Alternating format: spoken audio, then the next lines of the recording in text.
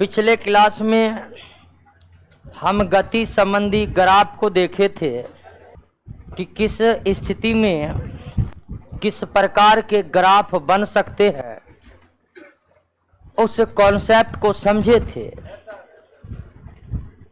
और हमारे इस प्रकृति में या फिर हमारे इस ब्रह्मांड में जिसका हिस्सा खुद हम लोग और हमारी पृथ्वी है, इसमें 4 प्रकार के बलों का अस्तित्व है। और ये ब्रह्मांड के निर्माण से ही 4 प्रकार के बलों का अस्तित्व है। समय समय पर विभिन्न प्रकार के वैज्ञानिकों ने इन 4 बलों के अस्तित्व का पता लगाया। हमारे प्रकृति में अनेक प्राकृतिक घटनाएं लगातार घटते रहती है। कुछ समय पहले ही बारिश हुई है, यह भी एक प्राकृतिक घटना ही है। आंधी का आना एक प्राकृतिक घटना है। ज्वार भाटों का उठना एक प्राकृतिक घटना है। आखिर इस प्राकृतिक घटनाओं के पीछे जिम्मेवार कौन है? कौन है जो बारिश करा रहा है और कौन है जो ज्वार भाटा ला रहा है? इन बातों की जानने की उत्सुकता शुरुआत से ही वैज्ञानिकों को थी। समय समय पर यह उत्सुकता वैज्ञानिकों को चरम अवस्था पर ले गया और उन्होंने बलों को खोज निकाला। और आप जान गए हैं कि न्यूटन ने गुरुत्वाकर्षण बल के अस्तित्व का पता लगाया, कूलम ने विद्युत बल के अस्तित्व का पता लगाया, युकावा पाइमेसन थ्योरी से न्यूक्लियर फोर्स यानी कि नाभिकीय बल के अस्तित्व का पता चला और युकावा पाइमेसन थ्योरी के आगे चलकर वीक फोर्स का पता लगा। तो इसकी चर्चा हम पिछले क्लास में कर चुके थे। जिनका भी क्लास छूट गया, ऐप पर जाइएगा, फ्री ऑफ कॉस्ट में क्लास अवेलेबल है, देख लीजिएगा आप। और देख लीजिएगा तो देख ही लीजिएगा, क्योंकि आप जान रहे हैं कि दोस्तों औसत विद्यार्थी का अब कहीं पर रिजल्ट नहीं हो रहा है। जरूरी है लगातार पढ़ते रहने का। लगातार पढ़ते नहीं रहिएगा तो हर एग्जाम का कटअप अब नोक तक पहुंच रहा है। चाहे रेलवे एग्जाम का लीजिए, वहां कटअप 92-93 चला जा रहा है। परसेंट की हम बात कर रहे हैं। हाल फिलहाल में दरोगा एग्जाम हुआ, लड़का पूछिए कि लड़की पूछिए, सबका कटअप दिनों दिन आगे 82-83 क्रॉस कर रहा है। इतने हाई कटअप जा रहा है। ऐसी स्थिति में आप चाह रहे हैं कि सरकारी नौकरी हो, तो इसका एक ही तरीका है। हो सकता दूसरा तरीका होगा, लेकिन वो हमें पता नहीं है। जो एक तरीका है कि वो आप इस उम्र में सिर्फ पढ़िए। बस दोस्तों 1 और 2 या 3 साल अगर आप कष्ट काट कर भी सिर्फ पढ़ते हैं तो यकीन मानिए आगे का पूरा उम्र आपका गुलजार होने वाला है। आइए दोस्तों आगे की शुरुआत करते हैं अब। और आगे का जो टॉपिक है, अल्लाह मतलब आगे का जो हमारा समझने का टॉपिक है, बैलेंस एंड अनबैलेंस्ड फोर्स।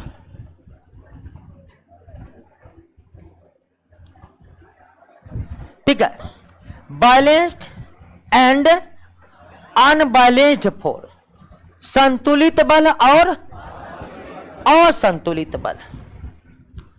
संतुलित बल और दूसरा है असंतुलित बल। क्या है संतुलित बल और क्या है असंतुलित बल? आपने इससे पहले दोस्तों पढ़ चुके हैं कि हमारे प्रकृति में कुछ बल उपस्थित है।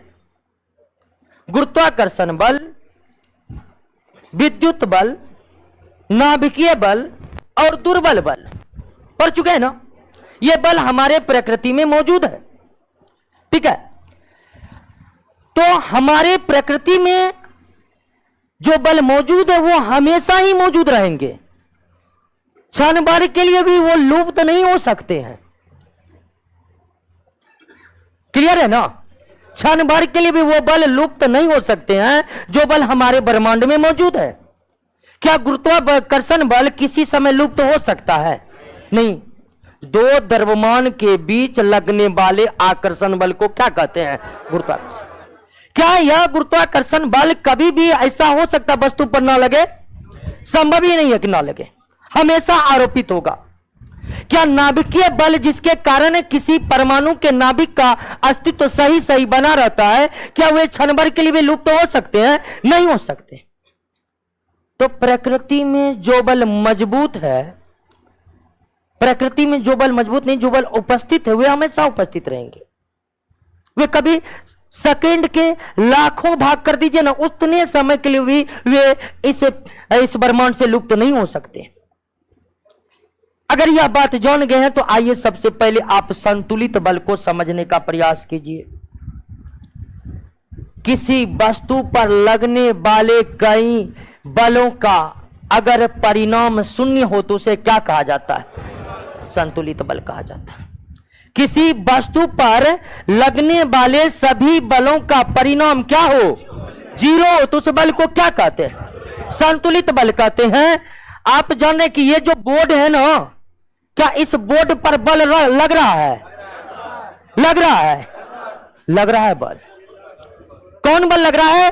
पृथ्वी इस पर गुरुत्व बल लगा रही होगी कि नहीं लगा रही होगी?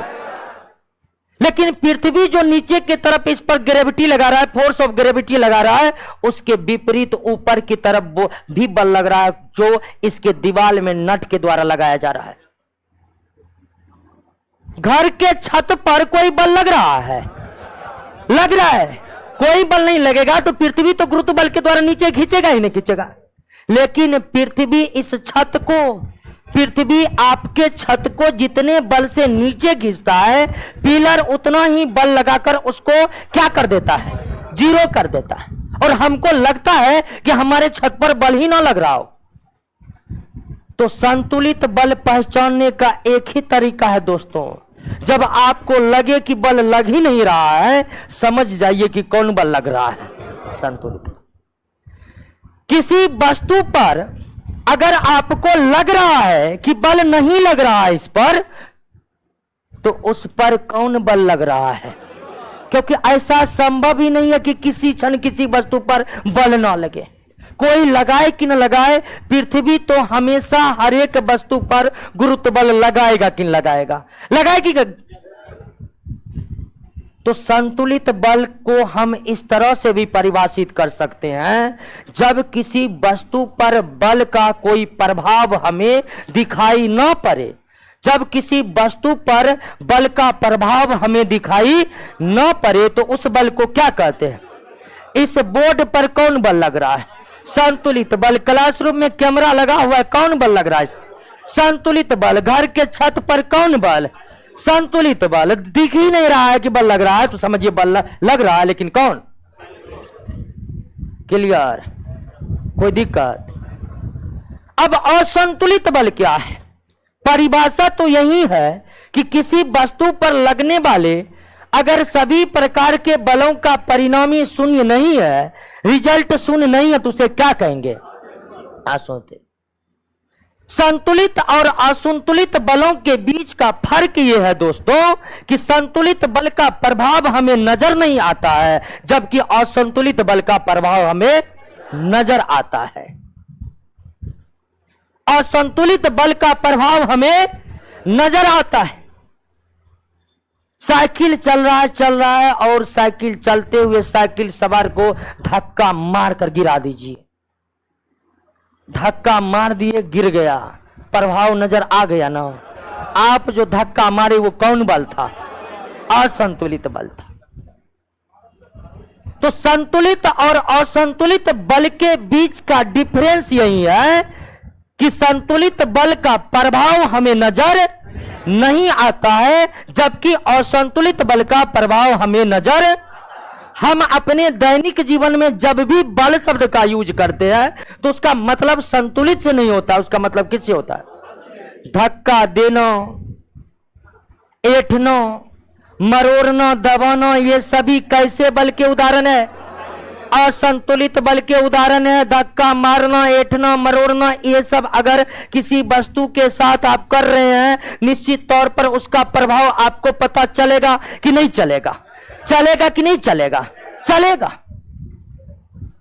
जब वस्तु पर लगे बल का प्रभाव आपको नजर आ जाए तो समझ जाइए कौन बल लग रहा है, और जब आपको लगे कि बल लग ही नहीं रहा है, क्लियर है, घर में खड़ी गाड़ी पर कौन बल लग रहा है?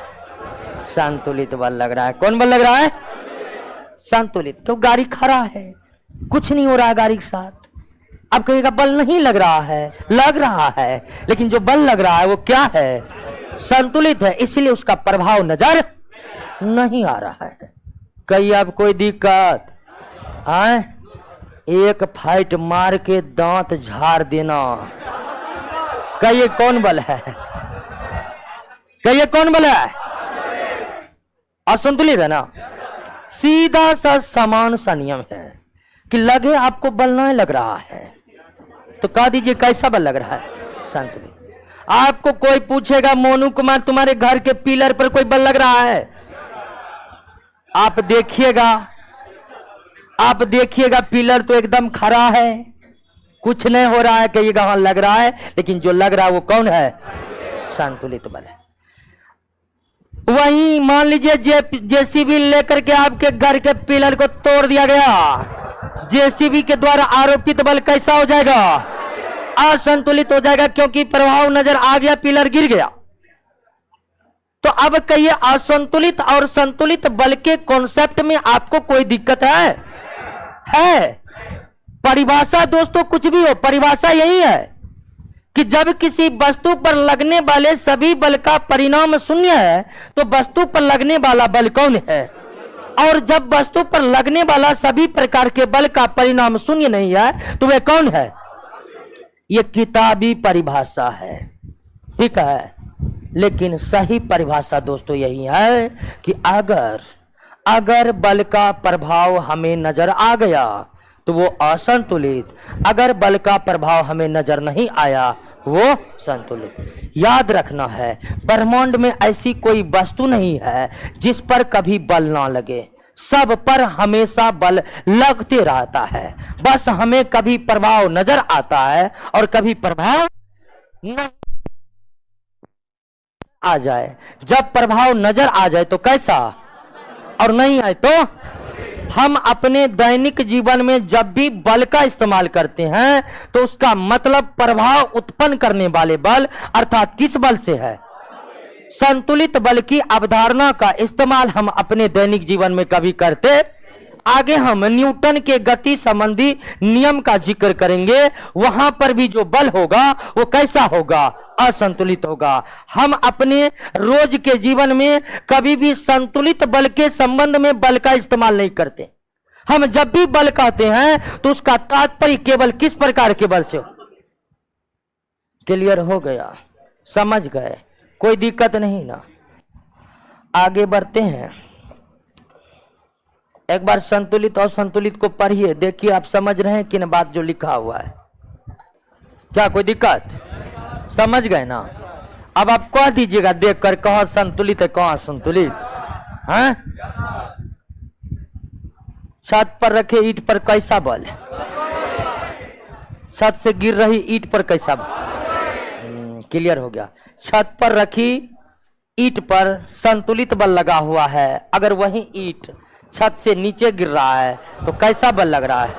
असंतुलित बल। कोई दिक्कत नहीं। एक कॉन्सेप्ट कांटेक्ट और नॉन कांटेक्ट फोर्स से, संपर्क और असंपर्क बल से है, और इसमें किसी भी तरह से आपको समझने में कोई दिक्कत नहीं होगा। कांटेक्ट और नॉन कांटेक्ट फोर्स क्या है? नाम से ही स्पष्ट है कि यह बल क्या है, अर्थात कुछ बल आरोपित करने के लिए हमें आरोपित करने वाली वस्तु को क्या करना पड़ता है? स्पर्श करना पड़ता है। लेकिन कभी कभी बिना स्पर्श किए बल आरोपित हो जाते हैं। तो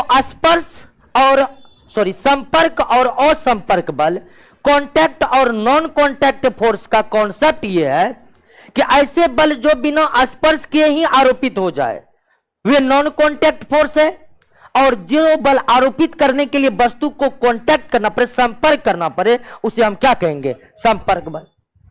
उदाहरण के लिए चुंबक अपने बल के द्वारा लोहा कुछ दूर है उसको खींच लेता है कि नहीं? चुंबक लौह पदार्थ को अपनी तरफ से खींचता है, वो चुंबकीय बल से खींचता है। चुंबकीय बल एक किस प्रकार का बल है? कैसा बल है? असंपर्क बल है। चुंबकीय बल आरोपित होने के लिए लोहा को संपर्क करना जरूरी नहीं है, लेकिन वहीं किसी को थप्पड़ मारना है तो पेशीय बल हम इस्तेमाल करते हैं, मांसपेशियों में संचित बल का इस्तेमाल करते हैं। मांसपेशियों में संचित इस मांसपेशियों के द्वारा आरोपित बल एक संपर्क बल होता है। पेशीय बल तब तक आरोपित नहीं होगा जब तक आप वस्तु को संपर्क ना करें। तो कुछ बल की प्रकृति ऐसी है जो बिना संपर्क हुए ही आरोपित हो जाती है। उदाहरण के लिए गुरुत्वाकर्षण बल आरोपित होने के लिए क्या सूर्य और चंद्रमा को आपस में संपर्क करना पड़ेगा? बिना संपर्क हुए आरोपित है। उसी बल के कारण पृथ्वी सूर्य के चारों तरफ क्या कर रही है? घूम रही है। क्या कर रही है दोस्तों? घूम रही है। विद्युत चुंबकीय बल विपरीत आवेशों के बीच जो आकर्षण और समान आवेशों के बीच जो प्रतिकर्षण बल लगते हैं, क्या ये आकर्षण और प्रतिकर्षण जो आवेशों के कारण उत्पन्न हो रहे हैं, तो क्या इसमें स्पर्श होना जरूरी है? नहीं। गुरुत्वाकर्षण बल आरोपित होने के लिए स्पर्श होना जरूरी नहीं है। विद्युत चुंबकीय बल आरोपित होने के लिए स्पर्श होना जरूरी नहीं है। लेकिन कुछ बल के लिए स्पर्श होना क्या है? जरूरी है। तो कांटेक्ट और नॉन कांटेक्ट फोर्स की अवधारणा को अंग्रेजी में कॉन्सेप्ट कहते हैं। तो कांटेक्ट और नॉन कांटेक्ट फोर्स का जो कॉन्सेप्ट है वो मामूली सा कॉन्सेप्ट है और हमको लगता है आप समझ चुके होंगे। कोई दिक्कत है इसमें? नहीं ना। आइए दोस्तों याद करते हैं उस महान वैज्ञानिक को जो फिजिक्स के पिता कहलाते हैं और नाम है सर आइजैक न्यूटन। ऐसा कोई व्यक्ति विश्व में कोई नहीं होगा जो इनके नाम से परिचित ना हो, क्योंकि न्यूटन के बिना फिजिक्स जो है बिल्कुल अधूरा है। तो दोस्तों आप इन नाम से परिचित ही हैं और इनके कामों से भी आप परिचित होंगे, क्योंकि एनसीईआरटी बुक्स में 7 क्लास से ही इनके बारे में परिचय करवाना शुरू करवा दिया जाता है। ठीक है, इसके बारे में परिचय करवाना शुरू किया जाता है। तो बेशक सर आइजैक न्यूटन के बारे में और उनके कामों के बारे में आपको पता न हो ये संभव है नहीं दोस्तों। तो आपको पता है ही, लेकिन हम फिर से नए सिरे से इनके कार्यों को देखेंगे और इनके कार्यों को हम उस नजरिए से देखेंगे ताकि हमारे एग्जाम में प्रश्न क्लियर हो सके। सर आइजैक न्यूटन महानतम वैज्ञानिकों में से एक है और उनका जब समय था दोस्तों तो उनका ही समय था, उनके सामने कोई और वैज्ञानिक बोलते नहीं थे। लेकिन न्यूटन का बचपन बहुत कष्टमय बीता। ठीक है, काफी 10-11 वर्ष के थे ही उनके पिताजी का देहांत हो गया। उनके माताजी दूसरी शादी कर लिए, और उनके जो सौतेले पिता थे उनसे कभी उसका बना नहीं। एक बार तो वो घर में आग लगाकर भाग गए थे, उनके सौतेले पिता से इतने झगड़े होते थे। फिर भी दोस्तों उनका जीवन किसी तरह आगे बढ़ा और आपको जानकर हैरानी होगी +2 के परीक्षा में वे 50% मार्क लाए थे, मात्र 50%। लेकिन आगे चलकर महानतम वैज्ञानिक हुए, महानतम ही नहीं इतने महान हुए कि उसके जैसे कोई महान नहीं हुए। ऐसा माना जाता है कि उस समय अगर नोबेल पुरस्कार दिए जाते होते तो न्यूटन के पास 10-20 नोबेल पुरस्कार तो वैसे रहता, इतने सारे वे कार्य करते थे। फिलहाल हम न्यूटन के गति संबंधी नियमों का जिक्र करेंगे। और न्यूटन के गति संबंधी कितने नियम हैं? 3 नियम है दोस्तों। न्यूटन के गति संबंध कितने नियम है? 3 नियम है। और पहला नियम है फर्स्ट लॉ, जो है गति के प्रथम नियम जो है वो समझिए आप। गति का प्रथम नियम कहता है कि स्थिर वस्तु, गति का प्रथम नियम कहता है कि स्थिर वस्तु स्थिर ही रहना चाहती है। स्थिर वस्तु स्थिर ही रहना चाहती है। स्थिर वस्तु स्थिर ही रहना चाहती है, स्थिर वस्तु स्थिर ही रहना चाहती है, और गतिशील वस्तु, ठीक है, गतिशील वस्तु गति में ही रहना चाहती है, गतिशील वस्तु गति में ही रहना चाहती है, गतिशील वस्तु गति में ही रहना चाहती है। पहला नियम को समझिए, स्थिर वस्तु स्थिर रहना चाहती है और गतिशील वस्तु गति में ही रहना चाहती है। लेकिन तब तक जब तक इस पर बल आरोपित न हो, जब तक इस पर बल आरोपित न हो, जब तक इस पर बल आरोपित न हो, यानी न्यूटन के प्रथम नियम के अनुसार स्थिर वस्तु स्थिर ही रहना चाहती है, लेकिन स्थिर वस्तु तब तक ही स्थिर रह सकती है जब तक उस पर क्या ना लगे, बल ना लगे। या गतिशील वस्तु गतिशील रहना चाहती है, लेकिन तब तक ही गतिशील रह पाएगा जब तक उस पर क्या ना लगे, बल ना लगे। तो न्यूटन का प्रथम नियम, न्यूटन का गति संबंधी प्रथम नियम यही है दोस्तों कि स्थिर वस्तु में स्थिर रहने की प्रवृत्ति होती है, गतिशील वस्तु में गति में रहने की प्रवृत्ति होती है, लेकिन यह प्रवृत्ति उसमें तब तक कायम रहती है जब तक उस पर क्या ना लगा दे, बल ना लगा दे। यानी बल लगाने पर स्थिर वस्तु स्थिर नहीं रह पाएगा, या बल लगाने पर गतिशील वस्तु गति में नहीं रह पाएगा। अर्थात बल लगाने पर स्थिर वस्तु गति में आ सकता है, या बल लगाने पर गतिशील वस्तु क्या हो सकता है, स्थिर हो सकता है।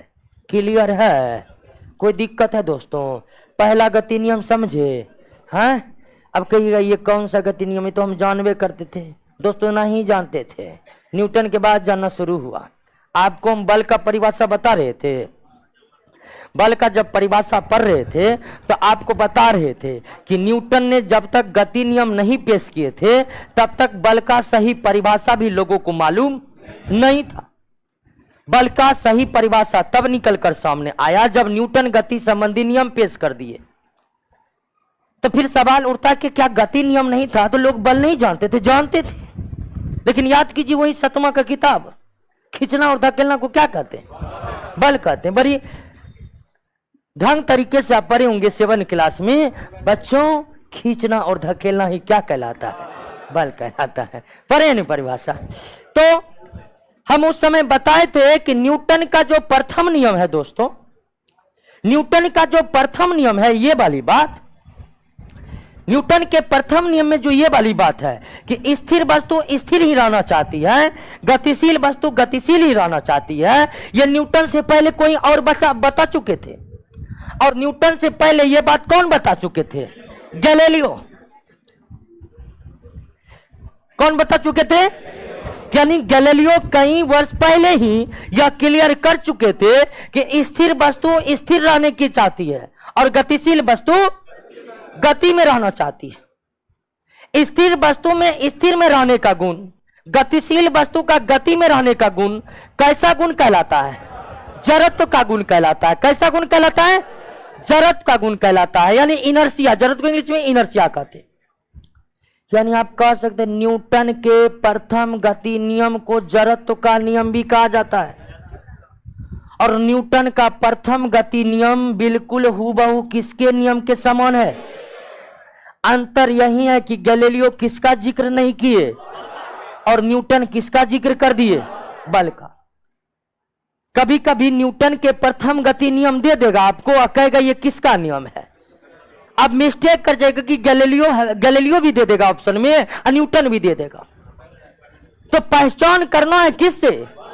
अगर उस नियम में बल की जिक्र हो गया है तो निश्चित तौर पर वे न्यूटन होगा, क्योंकि गैलीलियो बल का जिक्र नहीं किए थे।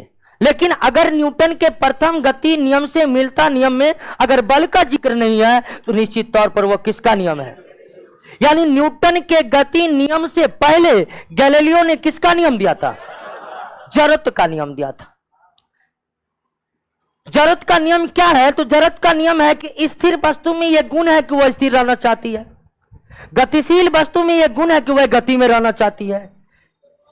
स्थिर वस्तु में स्थिर रहने का गुण और गतिशील वस्तु में गति में रहने का गुण ही कैसा गुण है? जरत का गुण है। यानी जरत क्या है? जरत वस्तुओं का एक गुण है। जिस तरह अच्छाई, बुराई, बेरोजगारी, गरीबी एक गुण है, ठीक उसी तरह एक गुण निर्जीव पदार्थों से रिलेटेड है, और वो क्या है? जरत।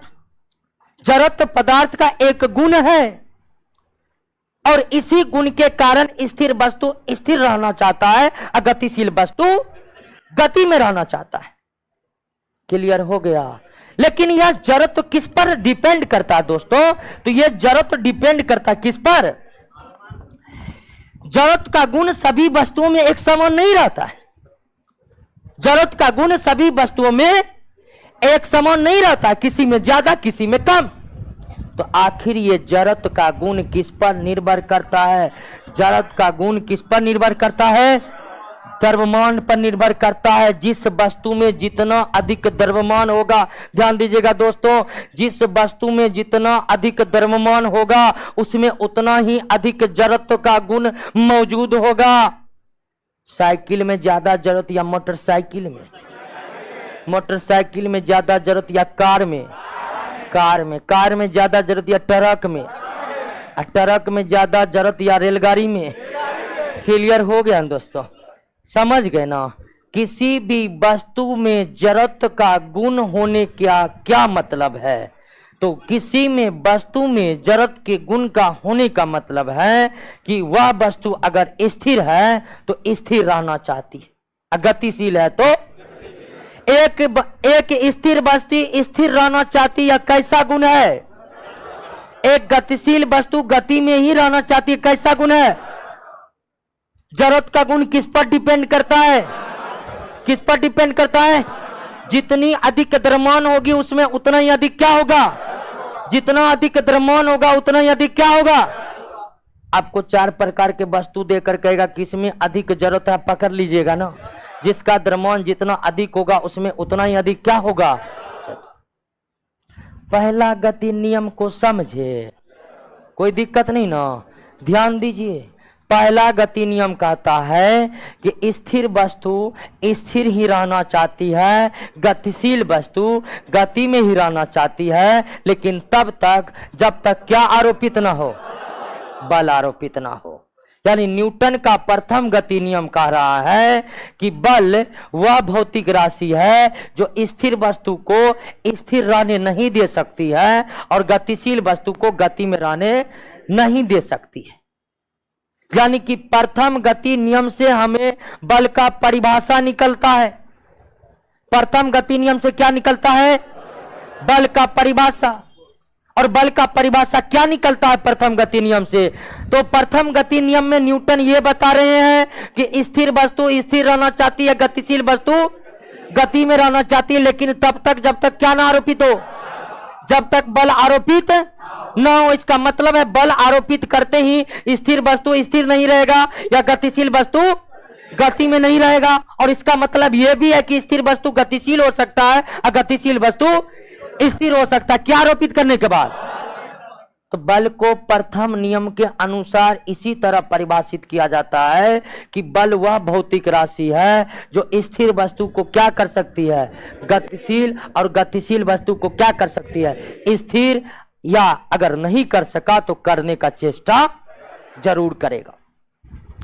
तो बल वह भौतिक राशि है जो स्थिर वस्तु को गतिशील बना सकता है, गतिशील बना वस्तु को स्थिर बना सकता है या बनाने की चेष्टा कर सकता है। या सीधे सीधे आप कह सकते हैं कि बल वह भौतिक राशि है जो वस्तु के जरत के गुण को नष्ट कर सकता है।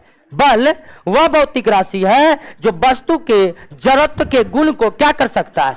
नष्ट कर सकता है। क्योंकि स्थिर वस्तु में स्थिर रहने का जो प्रवृत्ति है, गतिशील वस्तु में जो गति में रहने की प्रवृत्ति है, यह प्रवृत्ति क्या कहलाती है?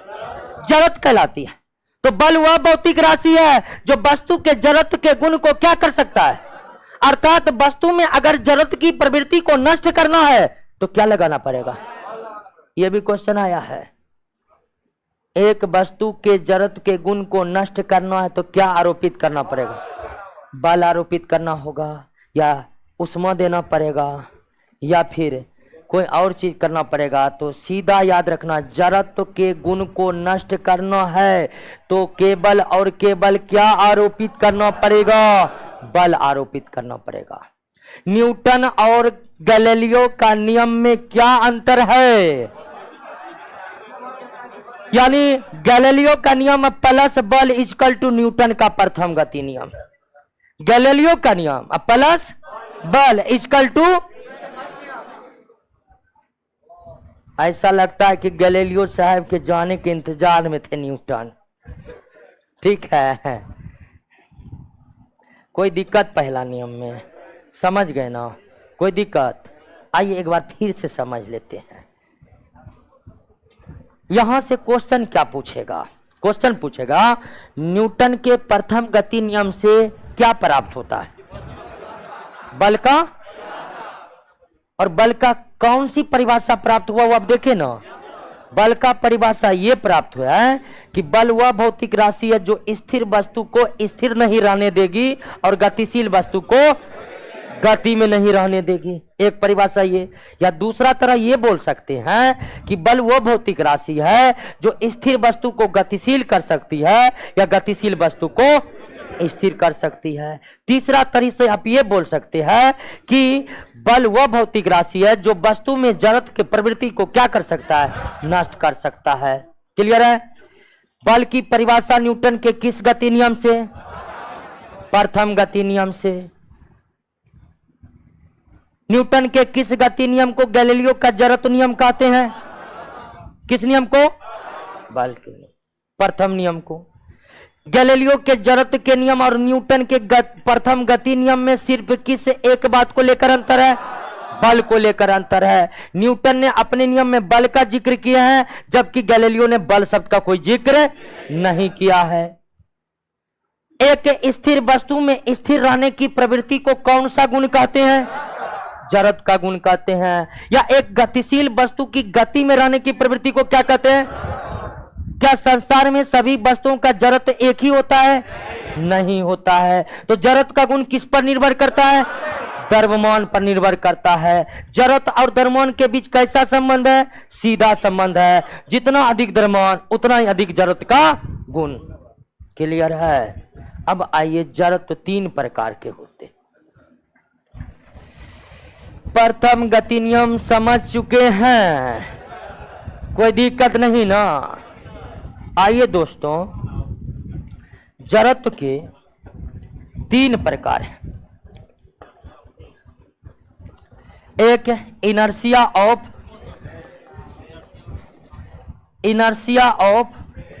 रेस्ट,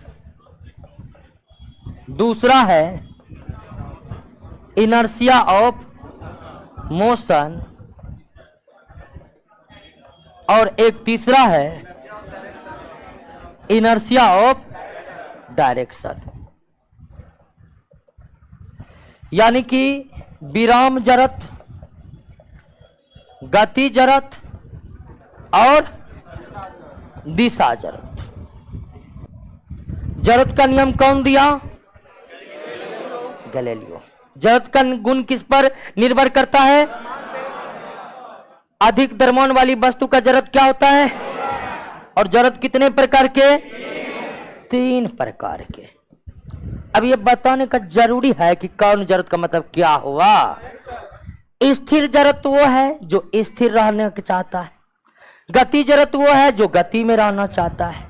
दिशा जड़त्व वो है जो दिशा बदलना ना चाहता है, उसी दिशा में रहना चाहता है जिस दिशा में वो गतिशील है। यानी कि अगर विराम के वस्तु विराम में ही रहना चाहता है तो उसमें कैसा जड़त्व है? विराम जड़त्व है। गतिशील वस्तु गति में ही रहना चाहता है, कैसा जड़त्व है? गति जड़त्व है। एक दिशा में गति कर रही वस्तु उसी दिशा में गति करते रहना चाहता है तो यह कैसा जड़त्व है? दिशा जड़त्व। एक सवाल कई बार एग्जाम में आया है।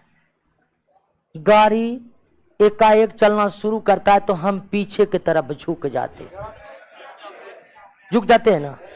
गाड़ी एकाएक चलना शुरू करेगा, पीछे की तरफ झुक जाते। ये कौन जरूरत के कारण? गाड़ी स्थिर थी, गाड़ी पर हम थे, हम भी स्थिर थे। स्थिर अवस्था में कौन जरूरत? विराम जरूरत। विराम जरूरत के कारण हमारा शरीर विराम में ही रहना चाहेगा। गाड़ी हो गया स्टार्ट, आगे बढ़ गया। अब गाड़ी तो आगे बढ़ गया क्योंकि इंजन स्टार्ट कर दिया, उस पर बल लग गया तो गाड़ी चलना शुरू कर दिया। लेकिन हमारा शरीर विराम की अवस्था में है और विराम जरूरत के कारण हमारा शरीर क्या चाहता है? विराम में ही रहे। लेकिन गाड़ी पर इंजन का बल लगने के कारण गाड़ी क्या हो गया? हमारा शरीर कह रहा है कि हम जरूरत के कारण विराम में रहना चाहते हैं। गाड़ी आगे, हम पीछे। या गाड़ी जब एकाएक चलती हुई गाड़ी एकाएक रुकती है तो हम आगे की तरफ झुक जाते हैं। किसके कारण? गति जरूरत के कारण। जब गाड़ी चल रही थी तो हम भी चल रहे थे। गाड़ी भी गति जरूरत में, हमारा शरीर भी गति जरूरत में। लेकिन अचानक गाड़ी के इंजन के द्वारा बल लगने पर गाड़ी स्थिर हो गया, जबकि हमारा शरीर जो गतिशील है वे गति जरूरत के कारण गति में ही रहना चाह रहा है। इसलिए गाड़ी तो रुक गया है लेकिन हमारा शरीर गति में ही रहना चाहता तो आगे भाग रहा है। फिर हम भी बल लगाते हैं कि नहीं संभल जाओ जी, क्या कहिएगा? नहीं, हम बल नहीं लगाएंगे तो न्यूटन के गति नियम के अनुसार आगे धड़ाम से गिरेंगे। क्या कोई दिक्कत? डायरेक्शन, आप पहिया को घूमते जब कीचड़ में गाड़ी चलाए हैं तो कीचड़ जो होते हैं पहिए के साथ घूमना चाहते हैं, ठीक है? वे पहिए के साथ उसी दिशा में गति करना चाहते हैं। किस जरूरत के कारण ऐसा हो रहा है? दिशा जरूरत। जरूरत कितने प्रकार के? 3 प्रकार के। स्थिर जरूरत जो वस्तु में स्थिर रहने का गुण मौजूद करता है, स्थिर रहने का गुण प्रदान करता है। गति जरूरत वस्तु को गति में रहने का गुण प्रदान करता है। दिशा जरूरत वस्तु को उसी दिशा में गति कराना चाहता है जिस दिशा में वो क्या कर रहा है। पहला गति नियम समझ गए? कोई दिक्कत नहीं ना? स्थिर वस्तु स्थिर रहना चाहती है, गतिशील वस्तु गति में रहना चाहती है, लेकिन तब तक जब तक क्या ना लगे? बल ना लगे। अर्थात बल लगाने पर स्थिर वस्तु स्थिर नहीं रह सकती है, गतिशील वस्तु गति में नहीं रह सकती। एक स्थिति है गतिशील वस्तु पर बल लगाने पर वो गतिशील भी रह सकती है, लेकिन जब गति के दिशा में ही आप क्या लगाते? चलती हुई सवार साइकिल चला रहा है, पीछे से मार दीजिए धक्का। आप कहिएगा न्यूटन का गति नियम फैलाओ फैलाओ। कैसे गतिशील वस्तु पर बल लगाए लेकिन ये स्थिर नहीं हो रहा है? तो दोस्तों, अगर गतिशील वस्तु के दिशा में ही बल लगा देंगे निश्चित तौर पर वो क्या हो जाएगा? और कहने का मतलब न्यूटन का ये है कि गतिशील वस्तु को अगर आप स्थिर करना चाहते हैं तो ये बिना बल लगाए संभव,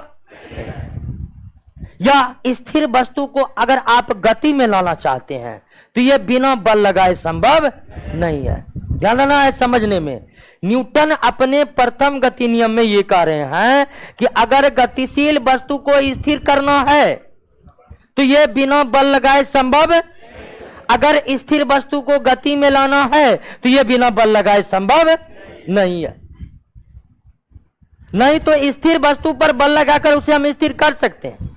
एक पत्थर रखा हुआ है और उस पर हम लात लगे उसको नीचे हम मारे, कहिएगा हे देखिए फ्लॉप हो गया। क्या हुआ? स्थिर वस्तु पर बल लगा, स्थिर ही रह गया। तो दोस्तों, गति नियम किस अनुसार से न्यूटन बताए, इसको समझे कि नहीं समझे? कोई दिक्कत नहीं ना? न्यूटन का गति नियम कहता है कि गतिशील वस्तु को बिना बल लगाए हम स्थिर, और स्थिर वस्तु पर बिना बल लगाए हम उसे गतिशील। न्यूटन का गति नियम कहता है कि जरूरत के गुणों को नष्ट करना है तो बल आरोपित ही करना पड़ेगा। जरूरत के गुणों को नष्ट करना है तो बल आरोपित ही करना पड़ेगा। बिना बल आरोपित किए जरूरत के गुणों को नष्ट। क्लियर? प्रथम गति नियम खलास। लेकिन जितना बात बताए ना उसमें परीक्षा में उतना बात नहीं पूछता है। परीक्षा में इस पर आधारित कई उदाहरण पूछे जाते हैं। ठीक है, उदाहरण एग्जाम्पल दे देकर दोस्तों आपको कहेगा कि ये एग्जाम्पल किस तरह से आप समझा पा रहे हैं, उस पर आधारित प्रश्न पूछा जाता है। लेकिन अब तक जितना एग्जाम में प्रश्न आया है एग्जाम्पल वाला, सारा एग्जाम्पल एक जगह है। देखिए दोस्तों, एग्जाम्पल देखिए तो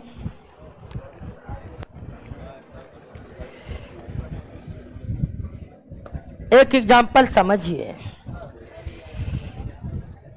एक क्वेश्चन कई बार पूछा गया है कि एक समान चाल से चलती हुई गाड़ी पर आप बैठे हैं और एक सिक्का को ऊपर उछाले हैं, तो गाड़ी चलती हुई गाड़ी पर भी अगर सिक्का को उछाले तो सिक्का आपके हाथ में ही गिरेगा।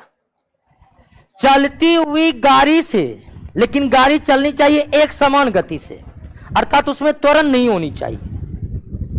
एक समान चाल से चल रही गाड़ी पर सिक्के उछालने पर वह सिक्का पुनः हाथ में ही गिरती है, या एक समान चाल से चल रही रेलगाड़ी से गेंद को उछालने पर गेंद हाथ में ही गिरती है। किसके कारण? जड़त्व के कारण या न्यूटन के प्रथम गति नियम के अनुसार। अब कैसे, इसको बस समझिए आप। गाड़ी गतिशील है और आप गाड़ी पर बैठे हैं तो आप भी क्या है? सिक्का गाड़ी पर बैठा वो भी क्या है? सिक्का भी गतिशील है, आप भी गतिशील है, गाड़ी भी गतिशील है। अब जरूरत के कारण सिक्का भी गति में रहना चाहेगा, आप भी गति में रहना चाहिएगा, गाड़ी तो गतिशील है ही। जब आप सिक्का को ऊपर उछाले तो जरूरत के कारण सिक्का गति में रहना चाहेगा कि नहीं चाहेगा? और आप गाड़ी पर बैठे तो आप गति में है ही, और सिक्का जरूरत के कारण किस स्थिति में रहेगा? गति में कारण। इसीलिए गति में है तो सिक्का भी गाड़ी के साथ क्या बढ़ेगा? आगे बढ़ेगा, वो आपके हाथ में गिरेगा। बात को समझ गए? लेकिन अगर गाड़ी में त्वरण रहेगा, यानी कि प्रति सेकंड गाड़ी की चाल बढ़ते जा रहा है, तब सिक्का उछालेगा, सिक्का पीछे आप आगे। गाड़ी मंदन में रहेगा तो सिक्का आगे आप पीछे। एक समान चाल से चल रही गाड़ी से कोई व्यक्ति सिक्का उछालता है तो उछलकर सिक्का कहां गिरेगा? किसके कारण? जड़त्व के कारण या न्यूटन के प्रथम। ऐसा क्यों? तो जड़त्व के कारण सिक्का भी गतिशील बना रहता है, इसीलिए वे गाड़ी के गति से मेल खाता है और अंत में वो हाथ में ही गिरता है। क्या? एयर फ्रिक्शन को यहां नगण्य मानेंगे। ठीक है, उतनी दूर पर एयर फ्रिक्शन कोई प्रभावी नहीं होगा। एयर फ्रिक्शन को यहां पर नगण्य मान लीजिए। कोई दिक्कत दोस्तों? कभी कभी पूछता है कि कांच पर एक छोटा पत्थर मारने पर केवल छिद्र होता है, ईंटा मारने पर चकनाचूर होता है। हाँ, या गोली मारने पर। कांच पर गोली मारने पर केवल एक छिद्र होगा, ईंटा मारने पर चकनाचूर होगा। किसके कारण? जड़त्व के कारण या न्यूटन के प्रथम गति नियम के कारण। क्यों? ऐसा क्यों हुआ? तो जब गोली मारे तो गोली कांच के छोटे से भाग पर बहुत कम समय के लिए बल आरोपित किया। अगर कांच पर गोली मारे तो गोली बहुत न्यूनतम समय में कांच के एक छोटे से भाग पर ही बल आरोपित किया, और कांच के उतने दूर के भाग ही, उतने दूर का भाग का ही जड़त्व भंग हुआ और वो टूट कर क्या हो गया? अलग हो गया। अर्थात कांच का वहां तक का भाग गोली के साथ क्या हो गया? गतिशील हो गया। लेकिन कांच पर ईंटा मारने पर, तो ईंटा मारने की स्थिति यह है दोस्तों कि जब ईंटा मारिएगा तो वो ईंटा कांच को एक बहुत अधिक दूर तक और लंबे समय तक बल आरोपित कर देता है, जिससे कांच की पूरा का पूरा, कांच के पूरे भाग का जड़त्व क्या हो जाता है? भंग हो जाता है और कांच चकनाचूर हो जाता है। क्लियर हो गया ना? एक कांच जड़त्व के कारण स्थिर है तो स्थिर ही रहेगा, गोली जो लगा वे बहुत कम समय तक लगा और वे थोड़ा ही दूर के जरूरत को भंग करके उसे गतिशील बनाया। लेकिन जब आप ईटा मारे तो ईटा एक लंबे समय तक बल आरोपित करने में सक्षम हो जाता है और ईटा बड़ा होने के कारण कांच के एक बड़े भाग के जरूरत को नष्ट कर देता है। इसलिए कांच क्या हो गया है, चकनाचूर हो गया। एक बार सारा एग्जाम्पल को पढ़िए और जो जरूरत का एग्जाम्पल होगा वे न्यूटन के प्रथम गति नियम का भी होगा।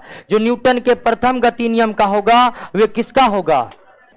तो एग्जाम्पल को बार बार देखते रहिएगा, याद होते रहेगा। क्या सेकेंड लॉ पर आ जाए? हाँ आ रहे हैं। संवेग के बिना तो सेकेंड लॉ का जिक्र होगा ही नहीं। एक नई भौतिक राशि को, फिजिकल क्वांटिटी को समझना है। मोमेंटम यानी क्या?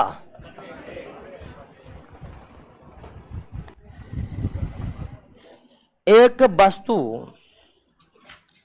किसी दूसरे वस्तु पर अगर बल आरोपित करे, ध्यान दीजिएगा दोस्त, समझ रहे हैं ना? बिल्कुल क्लीन माइंड से, बस सिर्फ समझिए, परीक्षा का टेंशन नहीं लीजिए, क्योंकि क्वेश्चन आपके एग्जाम में वही आएगा जो हम करवाएंगे आपको।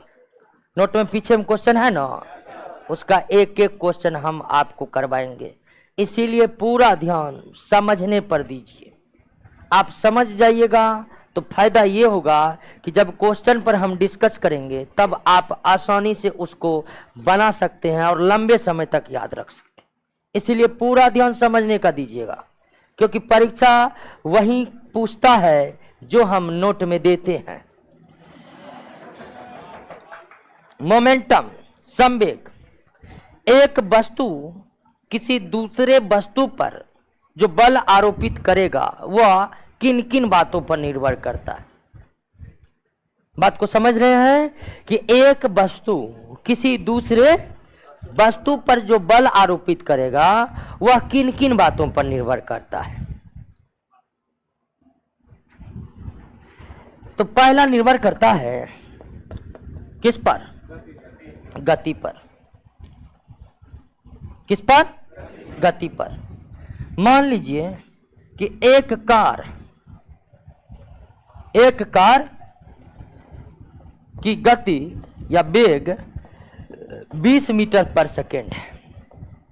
एक दूसरा car same to same 40 metre पर सेकेंड है। सेम कार, मान लीजिए ये भी बोलेरो है और ये भी बोलेरो है। एक चल रहा है 20 मीटर पर सेकेंड से और दूसरा चल रहा है 40 मीटर पर सेकेंड से। कोई दिक्कत नहीं ना? गाड़ी का नाम गड़बड़ से नहीं लिया है? ठीक है, गाड़ी ठीक ठाक गाड़ी है ना? हाँ, वैसे भारत में ठीक ठाक पुराना जो गाड़ी धान के खेत में भी चले वही असली है कि ना है? आइए दोस्तों, तो मान लीजिए सेम गाड़ी है, गाड़ी पर बहस ना करें, सेम गाड़ी, एक 20 मीटर पर सेकेंड की चाल से चल रहा है और दूसरा, दोनों ही कार मान लीजिए मोनू कुमार को धक्का मार दिया। ठीक है, मान लीजिए एक सोनू को धक्का मार दिया, एक, क्या लगता है किसका स्थिति गड़बड़ होगा? मोनू का गड़बड़ होगा।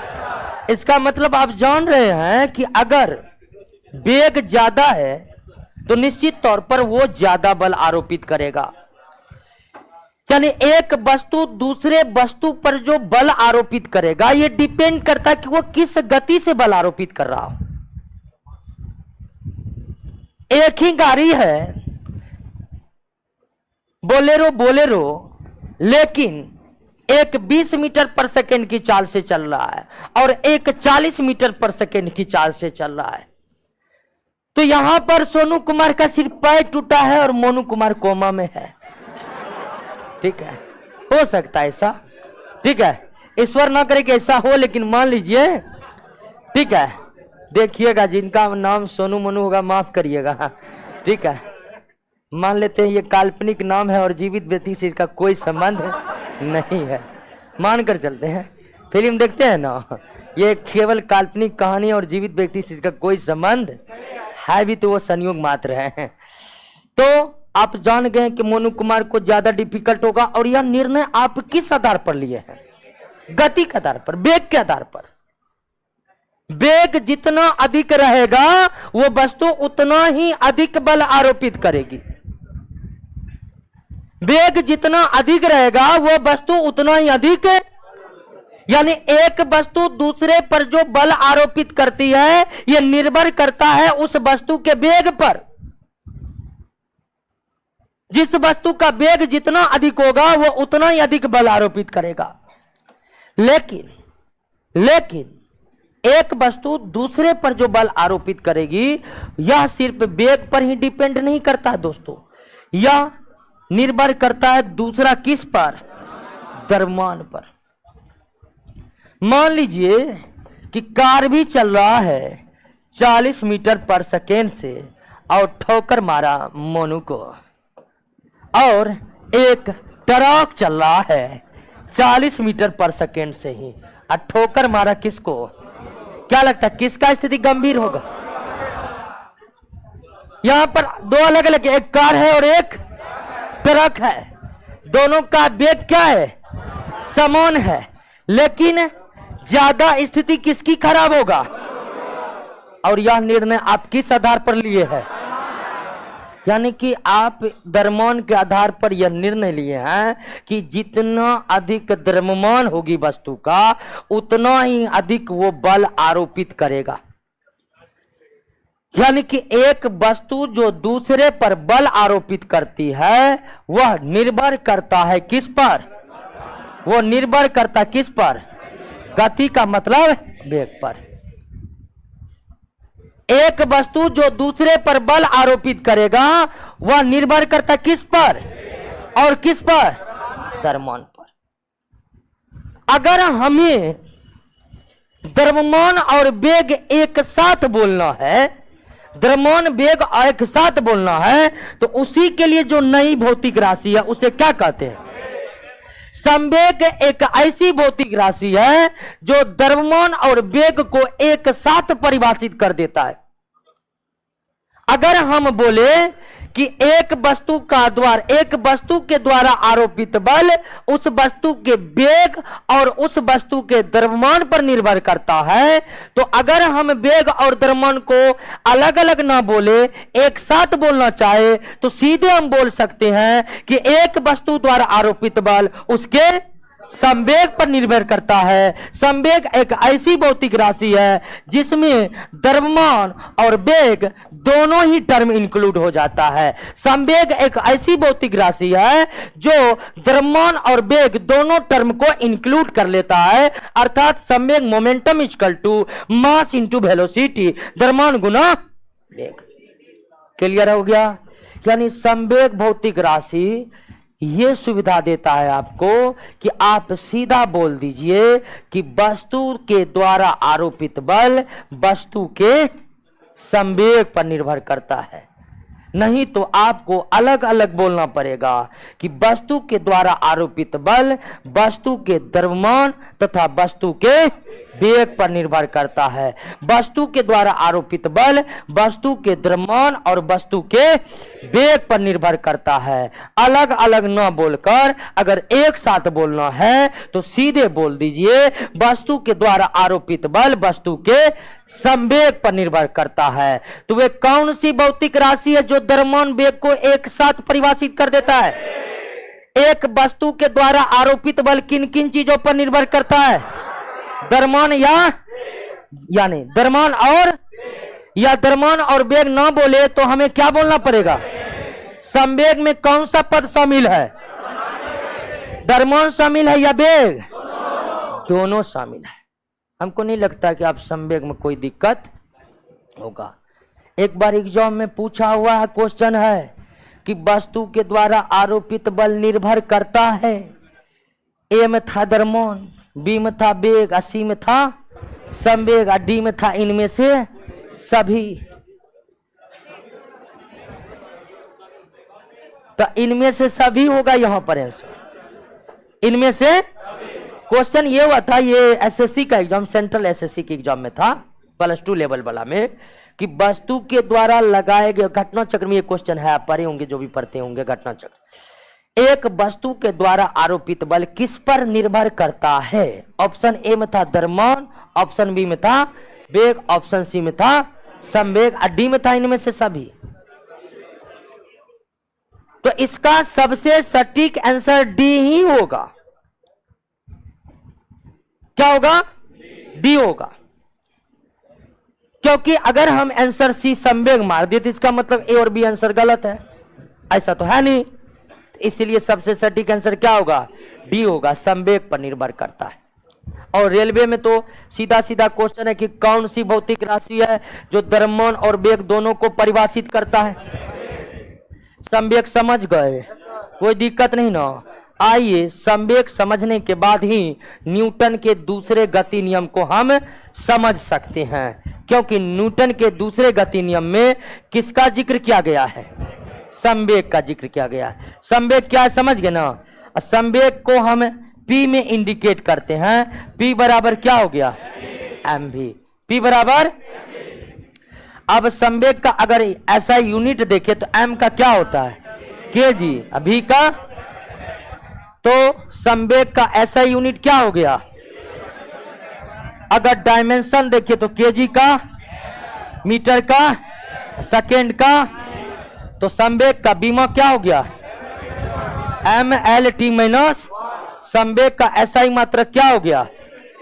और संवेग एक सदिश राशि है। कैसी राशि है? सदिश राशि है। संवेग कैसी राशि है? सदिश राशि है। संवेग का SI मात्रक क्या है? kg मीटर पर सेकेंड। संवेग का बीमा क्या होगा? तो याद रखने वाला तत्व है, और याद नहीं समझ लिए तो कोई याद रखने की जरूरत नहीं है। आइए दूसरा गति नियम को समझते। Second law.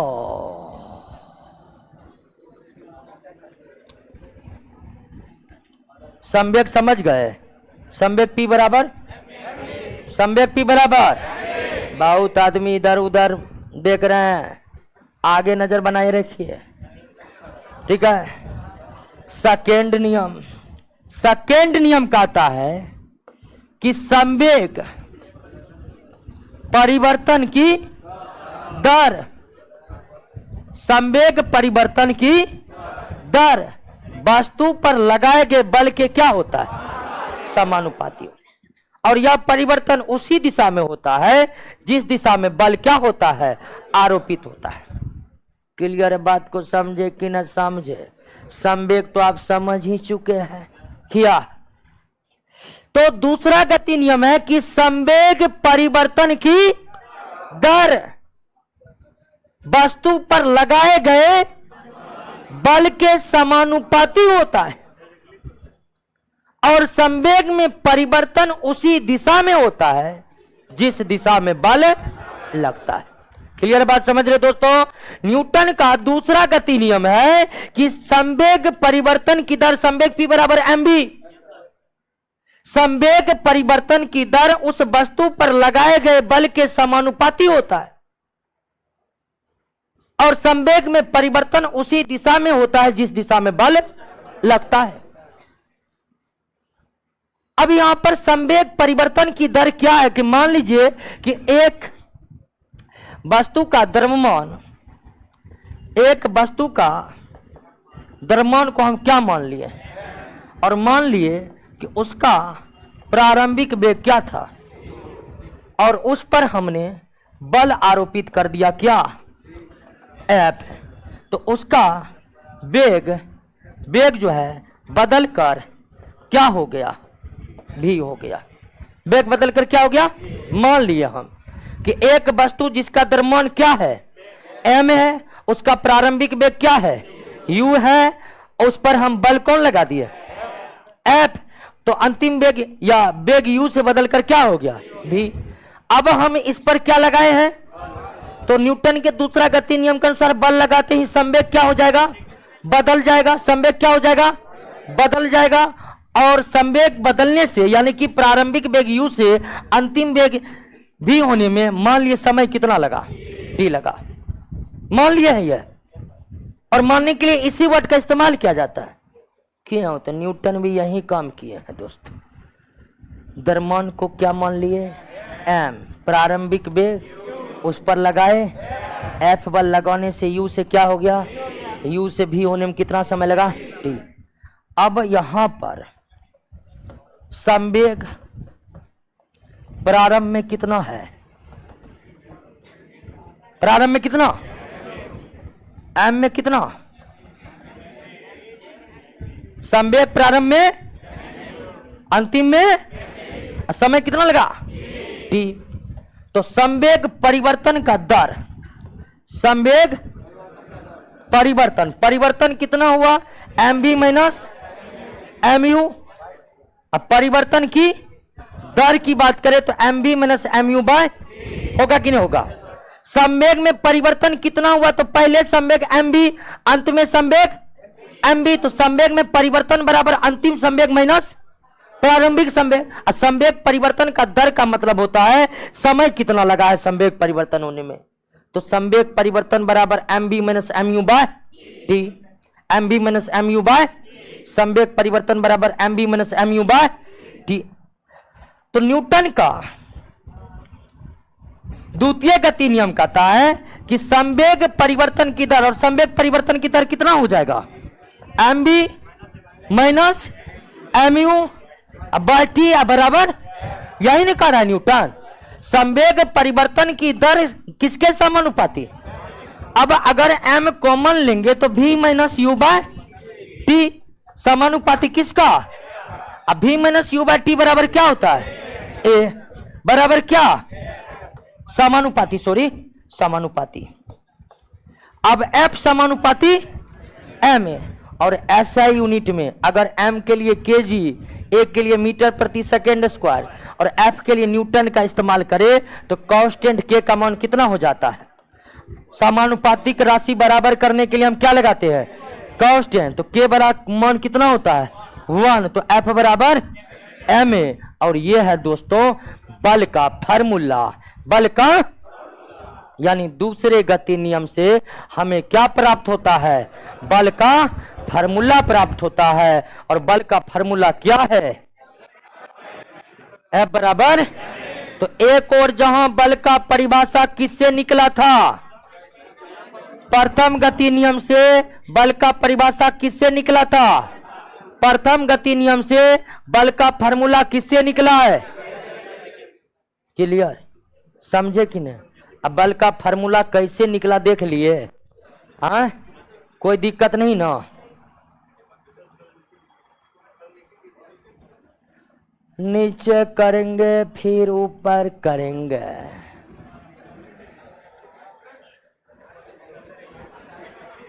धीरे धीरे ऊपर करेंगे। क्लियर, क्या ए एक्सीलरेशन हो गया, हाँ एक्सीलरेशन पिछला क्लास में बताए थे, v minus u by t बताए थे ना। कांस्टेंट का मान कितना होता है 1 होता है, लेकिन SI यूनिट में, CGS में नहीं या FPS में नहीं। क्लियर हो गया, समझ में आ गया। न्यूटन के दूसरे गति नियम से बल का क्या प्राप्त होता है, फार्मूला प्राप्त होता है। क्या प्राप्त होता है, अब फार्मूला क्या है, F बराबर m। अब दोस्तों ध्यान दीजिए थोड़ा सा कि न्यूटन का कहना है कि बल समानुपाती होता है संवेग में परिवर्तन के दर के, अर्थात बल और आरोपित होने में लगा समय एक दूसरे के बीच क्या होता है, व्युत्क्रमानुपाती होता है। बल और जितने समय तक बल आरोपित हुआ उनके बीच समय के, उसके भी बल और जितने समय तक बल आरोपित हुआ इन दोनों के बीच व्युत्क्रमानुपाती संबंध। यानी बल आरोपित होने में जितना अधिक समय लेगा बल का परिमाण उतना ही क्या होगा, कम होगा। होगा कि नहीं होगा? बल आरोपित होने में जितना, न्यूटन के दूसरा गति नियम के अनुसार देखिए तो बल और बल जितने समय तक आरोपित होगा वस्तु पर, उस समय के बीच कैसा संबंध है? इनवर्स प्रोपोर्शनल है, व्युत्क्रमानुपाती है। यानी जितने अधिक समय तक बल आरोपित होगा बल का परिमाण उतना ही क्या होगा, कम होगा। अब बल जितने कम समय तक आरोपित होगा बल का परिमाण उतना ही अधिक होगा।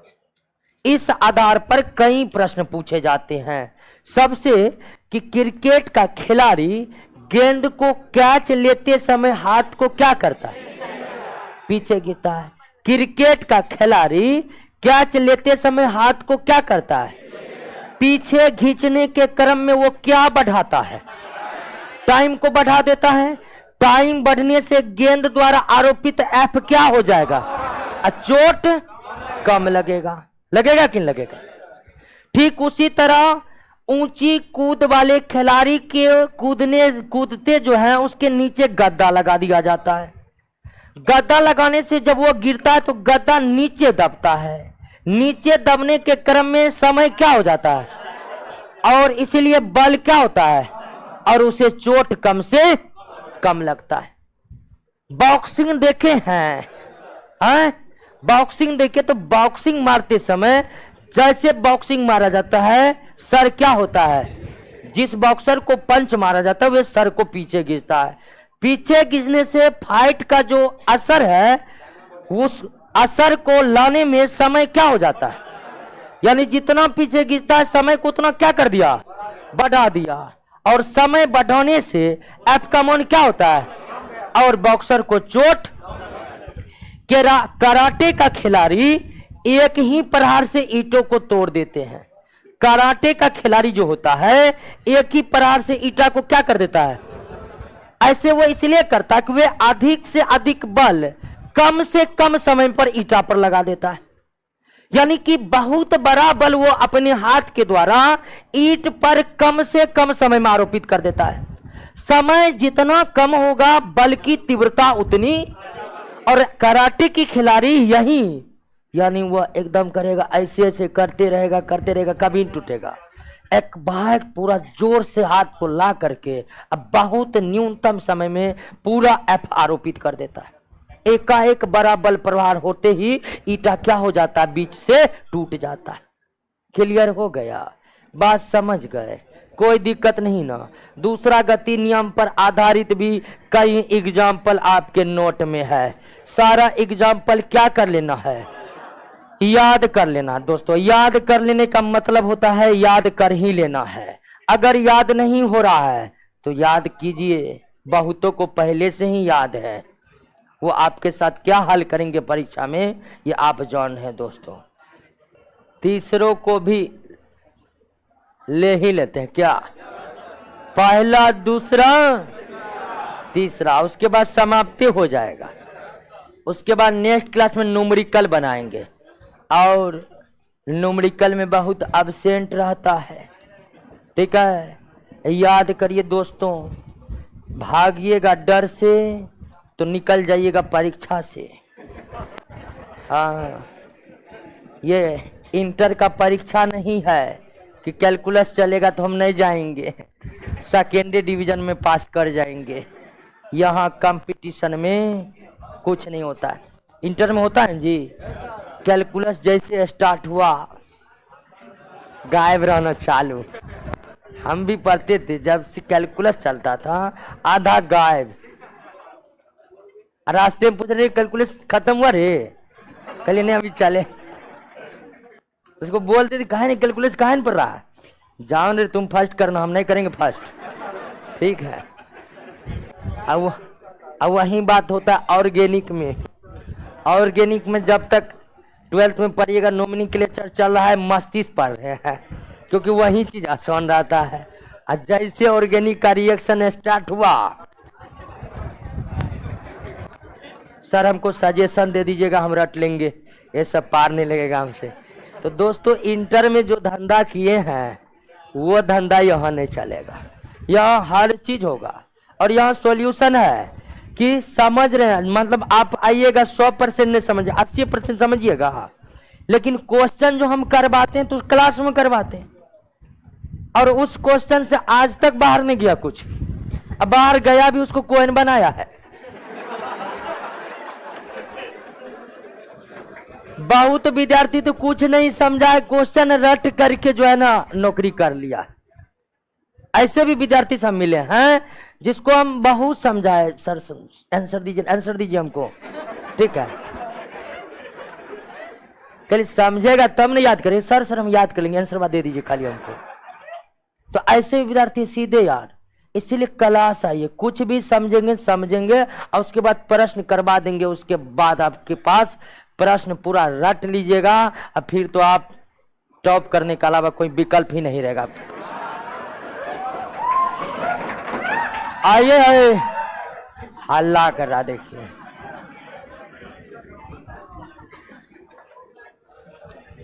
थर्ड लो, पहला नियम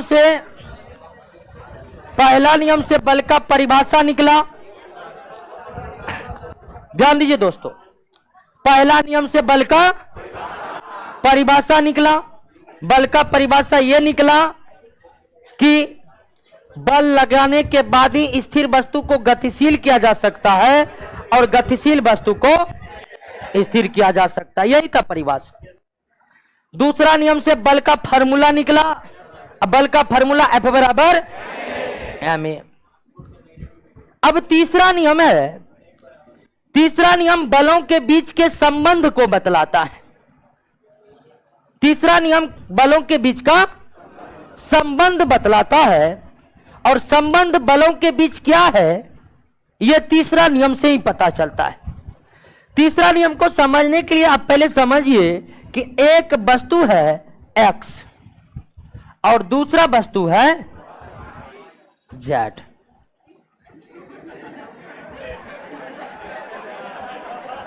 ठीक है, एक वस्तु है x और दूसरा वस्तु है z। मानने में क्या जाता है, क्या मान लिए हैं। अब तीसरा गति नियम कहता दोस्तों कि अगर x z पर बल लगाएगा, अगर x z पर बल लगाएगा दोस्तों, तो z भी किस पर लगाएगा, x पर बल लगाएगा। z भी किस पर लगाएगा, x पर लगाएगा। तीसरा नियम कहता है दोस्तों कि अगर एक वस्तु x z पर बल लगाएगा तो z भी छोड़ेगा नहीं, वो भी बल लगाएगा। कितना बल लगाएगा, जितना x लगाए। बलों के बीच का संबंध यही है दोस्तों कि इस ब्रह्मांड में कहीं पर एक अकेला बल का अस्तित्व नहीं है। जहां पर भी बल है जोरे में है। न्यूटन के तीसरे गति नियम के अनुसार क्या एक सिंगल फोर्स एकल बल की अवधारणा कहीं पर संपन्न हो सकती है? एक अकेला बल कहीं पर रह सकता है? तो न्यूटन का तीसरा नियम कहता कि बल हमेशा जोरे में रहता है। न्यूटन का तीसरा नियम कहता कि बल हमेशा जोरे में रहता है। एक वस्तु अगर दूसरी वस्तु पर बल आरोपित किया है तो यह असंभव है कि दूसरा बल ना लगे। एक वस्तु जो दूसरी पर बल आरोपित किया है वह दूसरी वस्तु पर उतना ही और विपरीत दिशा में बल आरोपित करता है। जोरे में रहने वाले बल में जो पहले आरोपित होता है उसे कहते हैं क्या, एक्शन फोर्स, यानी कैसा बल, क्रिया बल। और जोरे में रहने वाले बल जो बाद में आरोपित होता है उसे क्या कहते हैं, प्रतिक्रिया फोर्स, यानी कि रिएक्शन फोर्स। क्या कहते हैं, जोरे में रहने वाले बल में एक एक्शन कहलाता है और दूसरा एक्शन जो पहले आरोपित हुआ है, रिएक्शन जो बाद में आरोपित। तीसरे नियम को हम इस तरह से भी बोल सकते हैं कि प्रत्येक क्रिया के प्रत्येक बराबर और विपरीत, यानी इस बल की दिशा इस तरफ है तो यह दिशा इसके विपरीत है ना, क्या क्रिया और प्रतिक्रिया दोनों बल की दिशा एक हो सकती है? कभी नहीं हो सकती है। क्या क्रिया और प्रतिक्रिया दोनों बल एक ही वस्तु पर आरोपित हो सकता है? नहीं हो सकता है। तो दो बातें न्यूटन के गति नियम में कि तीन बात कि बल हमेशा जोड़े में रहता है, एकल बल का कहीं पर अस्तित्व नहीं है। जोड़े में रहने बल में एक एक्शन होता है, दूसरा रिएक्शन होता है।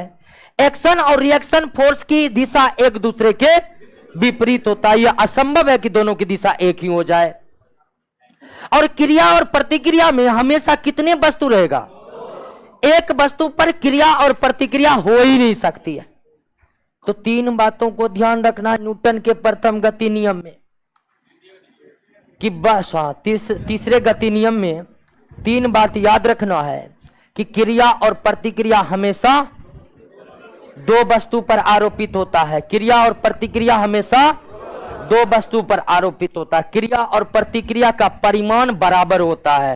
क्रिया और प्रतिक्रिया का परिमाण, अगर क्रिया 10 न्यूटन का है, बल का मात्रक न्यूटन है, तो प्रतिक्रिया भी कितना हो जाएगा?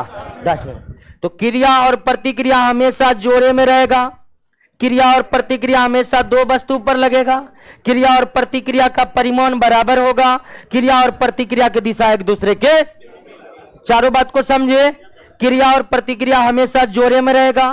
क्रिया और प्रतिक्रिया की दिशा एक दूसरे के विपरीत होगी। क्रिया और प्रतिक्रिया का परिमाण समान होगा। क्रिया और प्रतिक्रिया दो भिन्न वस्तु पर लगेगा। क्रिया और प्रतिक्रिया दो, चार बात समझे।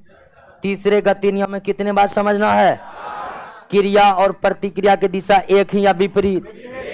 विपरीत होती है। क्रिया और प्रतिक्रिया का परिणाम बराबर हो गए, अलग अलग बराबर होगा। क्रिया और प्रतिक्रिया एक वस्तु पर या एक से अधिक कितने? दो, यानी कि 4 5 पर आरोपित हो जाएगा। दो वस्तु पर आरोपित होगा।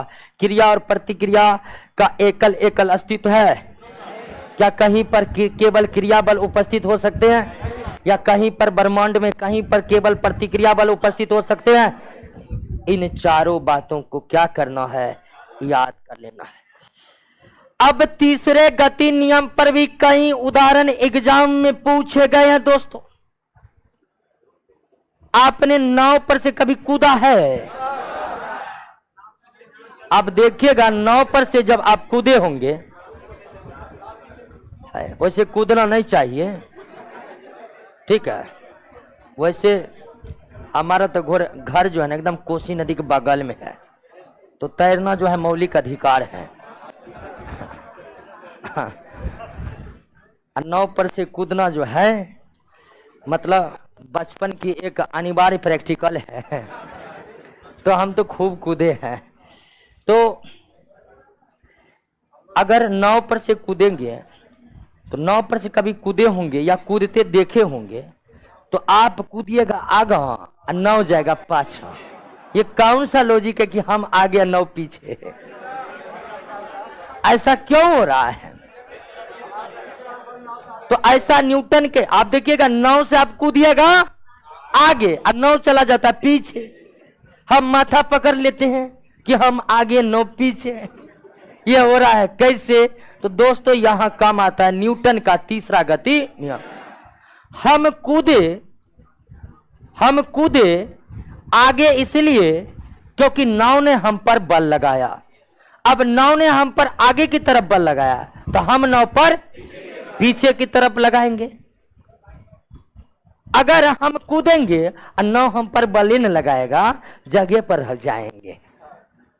तो कूदते समय, नाव से कूदते समय नाव पीछे की ओर मुड़ जाते हैं। ऐसा इसलिए होता है कि कूदते समय नाव हमें आगे बढ़ाता है, तो हम नाव को पीछे बढ़ा देते हैं। यहां क्रिया प्रतिक्रिया बल है। क्रिया प्रतिक्रिया बल की दिशा हमेशा क्या होती है? नदी में तैरना न्यूटन के किस गति नियम के द्वारा समझाया जा सकता है? नदी के तैरते समय में हाथ से पानी को क्या करते हैं, तो पानी हमको क्या कर देता है, और इसी को तैरना कहते। क्लियर?